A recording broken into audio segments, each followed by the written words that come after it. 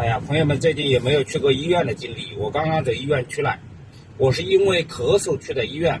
本来我前一段时间就去医院看过，当时医生说我是胃酸反流导致气管有问题，然后咳嗽，给我开了点药，吃了十几天吧，没有效果。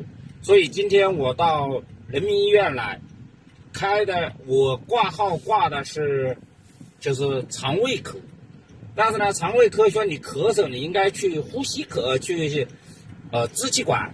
那我又看了支气管，支气管呢给我一个验血，一个拍 CT 拍下来有肺结节，但是问题不太大。这个问题不太大，又给我开的是治胃病的药。其实想一想，医生们也为难，像我这一种，我这个胃不好，说句实话也很多年了，我记得我原来曾经讲过。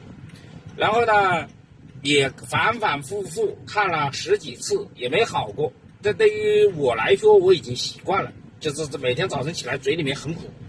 但是我确实没想到，我嘴里面很苦，带回来的一个后果是会出现肺病。这人还没老，就全身性的出了问题。这个，哎呀，真的实在是太难受了。然后呢，到医院来，换过来的另外一个问题是什么？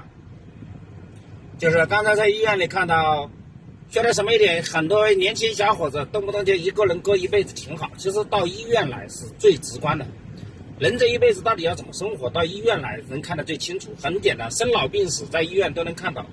老年人说句实话，一路小跑，跟着儿子的脚步，或者说闺女的脚步在后面，因为他们真的搞不懂，就是到医院来真的搞不懂，不是假的搞不懂。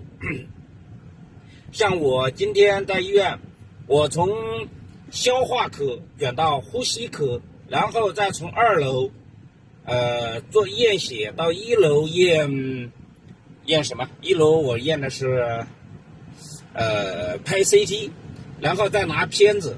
说句实话，我现在还好啊，现在这个年龄，如果我真的到了70岁，脑子转不过弯来的话，我应该怎么办？我相信我会很迷惑，因为我刚才自己从1楼跑到2楼，然后再跑到负1楼去吃饭的时候，对于我来说，我都问了好几个人才搞明白。如果到了70、80岁，整个人精神完全不在状态，我怎样才能搞明白这个事？我觉得我是很难以搞明白。这一个肠胃病，让我这样一个正值壮年的人，都从肠胃病转到呼吸科，再去验血、拍片，楼上楼下这一通奔波。说句实话，我觉得我都够呛。而真的到70、80岁了，你说没有小孩的话，我无法想象最终会怎么样。我自己的父母，或者说我的岳父母都生病过，我也去医院陪护过。其实这一种陪护才坚定了我，说句实话，无论如何最起码生2个小孩的原因。真的是，特别是年轻的小孩，一定要去医院一趟，医院才会告诉你人生究竟是什么样子。不要网上那些毒鸡汤看多了，真的认为自己能过一辈子，不可能的。人这一辈子好悠长了，非常的漫长。我现在正值壮年，这一个咳嗽都能弄出来这么多事，你还不要说真的老了会带来多少的麻烦。哎呀，回家，拜拜。